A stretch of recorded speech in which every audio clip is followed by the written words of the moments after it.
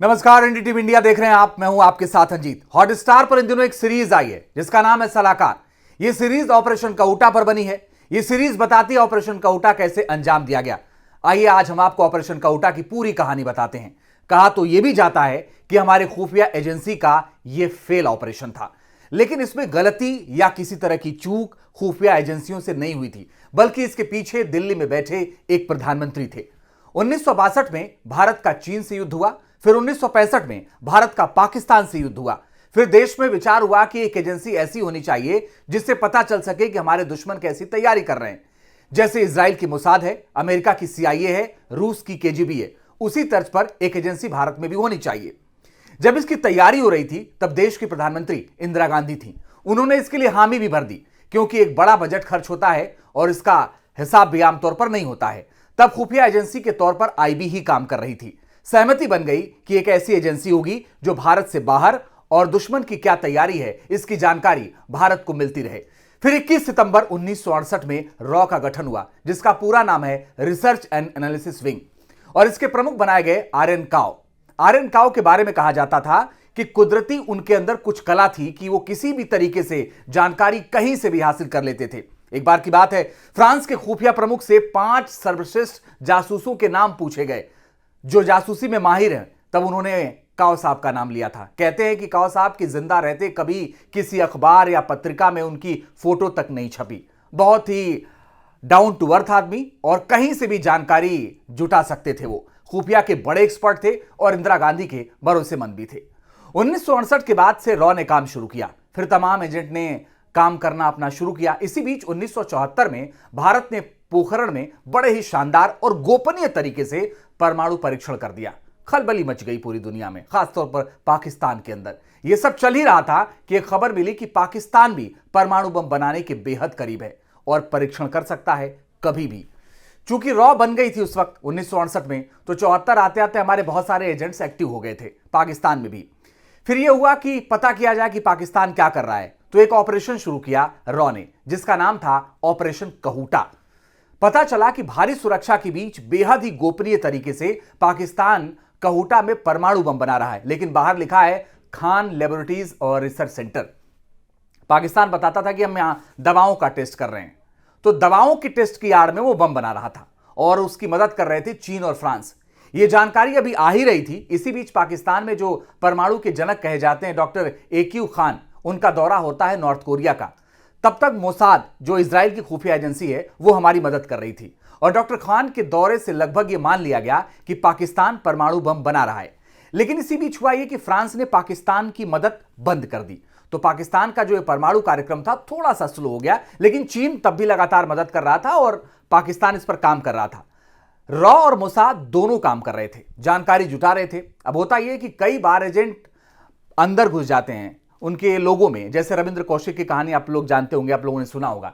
लेकिन यहां वक्त कम था और जानकारी जल्दी जुटानी थी। तभी पता चला कि जिसको Pakistan Khan lab research centre बताता है, वहां जो वैज्ञानिक काम कर रहे हैं वो एक बाहर नाई की दुकान पर बाल कटवाने आते हैं। रॉ को लगा कि बड़ा अच्छा मौका है। रॉ ने इस पर काम करना शुरू कर दिया। नाई की दुकान पर सारे एजेंट जाते, बैठते, बाल भी कटवाते, संबंध भी बनाते, और इसी दौरान रॉ ने कई वैज्ञानिकों के बाल इकट्ठे किए और इस दौरान भारत को वो बाल इकट्ठा करके भेजा गया। उसको लैब में चेक किया गया तो पता चला कि इन बालों में तो रेडिएशन है।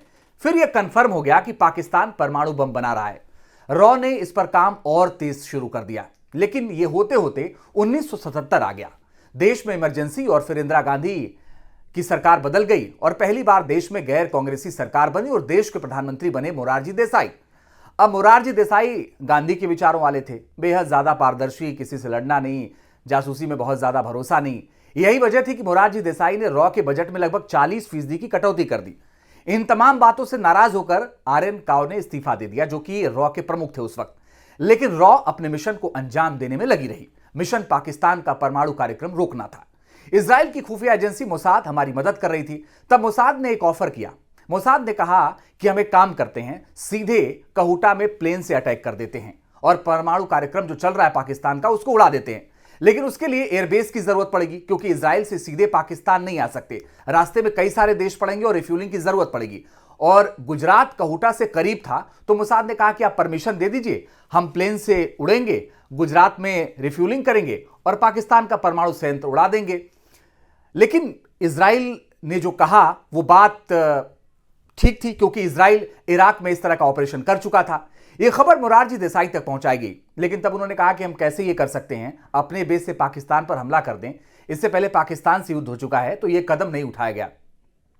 यह सब दिल्ली में चल ही रहा था, तब तक पाकिस्तान से एक खबर आई और यह खबर हमारे लिए बहुत जरूरी थी।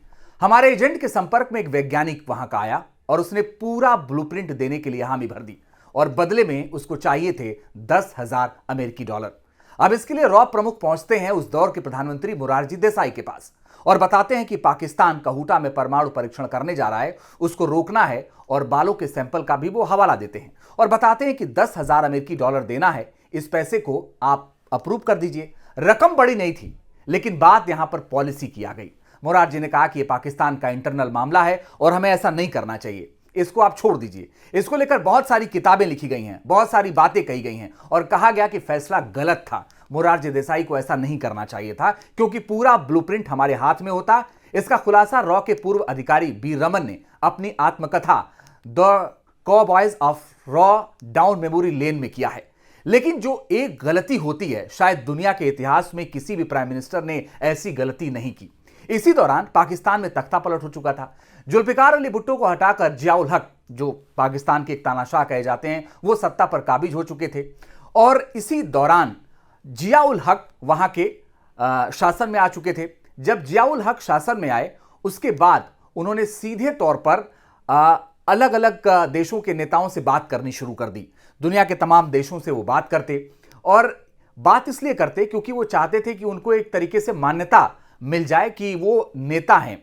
इसी बीच में वो मोरारजी देसाई से भी बात करते और जब वो मोरारजी देसाई से बात कर रहे थे, इसी दौरान मोरारजी देसाई ने उनको एक चीज बताई और वो चीज हैरान करने वाली थी। अचानक से मोरारजी देसाई ने कहा कि आप चोरी छिपे परमाणु बम बना रहे हैं, हमें बाकायदा ये पता है। मोरारजी देसाई ने जनरल जियाउल हक पर भरोसा कर लिया, जिसने तख्ता पलट किया, सत्ता में गलत तरीके से वो आया। मोरारजी देसाई ये बात कहते हैं और जियाउल हक के कान खड़े हो जाते हैं। वो सोचते हैं कि इतने सीक्रेट तरीके से हम काम कर रहे हैं, फिर भी भारत को ये जानकारी कैसे पहुंच गई। अब इसके बाद खुफिया एजेंसियों पर शक जाता और पूरी ताकत जियाउल हक ने लगा दिया। पूरे पाकिस्तान में हमारे एजेंटों को, बल्कि एजेंटों के भी एजेंट को खोजा गया, उनको पकड़ा गया, उनको मार दिया गया, तमाम लोग गायब कर दिए गए। हमारा जो 1968 से नेटवर्क था पाकिस्तान में, वो खत्म हो गया। बात सिर्फ नेटवर्क खत्म होने की नहीं थी, बात यहां पर आकर के रुक गई कि अगर मोरारजी देसाई इस बात की जानकारी नहीं देते तो शायद ऑपरेशन कहुटा सफल होता। बल्कि हमारे बहादुर जवानों ने तमाम जानकारी जुटाई और यह बताया कि पाकिस्तान कैसे परमाणु बम बना रहा है और हमारा ऑपरेशन फेल हो गया। लेकिन अंदर बवाल मचा तो पाकिस्तान का परमाणु कार्यक्रम स्लो हो गया, इसलिए क्योंकि जियाउल हक को लगा कि अभी तख्ता पलट किया है, सत्ता में आए हैं, फिर परमाणु परीक्षण, तो अमेरिका तक ये मैसेज गलत जाएगा। उन्होंने उसके बहुत स्लो कर दिया और फिर 1998 में पाकिस्तान ने न्यूक्लियर टेस्ट किया और वो परमाणु संपन्न देश बन गया। यह टेस्ट पाकिस्तान 1982 में ही कर लेता, लेकिन हमारे देश की खुफिया एजेंसी की मेहनत थी कि तमाम चीजें बाहर आ गईं। लेकिन एक प्रधानमंत्री से जो गलती हुई, उसकी वजह से हमारा ऑपरेशन फेल हो गया। हालांकि फिर 3 साल बाद इंदिरा गांधी सत्ता में लौटी और रॉ के लिए पूरा बजट और पूरी तरह से पावर भी दिया और उसके बाद रॉ के बहुत सारे शानदार ऑपरेशन रहे जो पूरी तरह से सफल रहे, जिसमें बांग्लादेश की लड़ाई में रॉ की भूमिका, सिक्किम को भारत में विलय कराने की भूमिका, अमेरिका से संबंध सुधारने में रॉ की भूमिका, पंजाब में कई ऑपरेशन थे। बहुत सारे ऐसे ऑपरेशन हैं जो सामने आए, बहुत सारे ऑपरेशन ऐसे हैं जो सामने नहीं आते हैं, लेकिन मन में एक बात, एक कसक जरूर आती है और ये मन में ये आता है कि अगर उस दौरान गलती से ही सही, अचानक से ही सही, अगर मोरारजी देसाई की जुबान से वो बात नहीं निकलती तो ऑपरेशन कहुटा सफल हो जाता और आज शायद पाकिस्तान परमाणु संपन्न देश नहीं होता।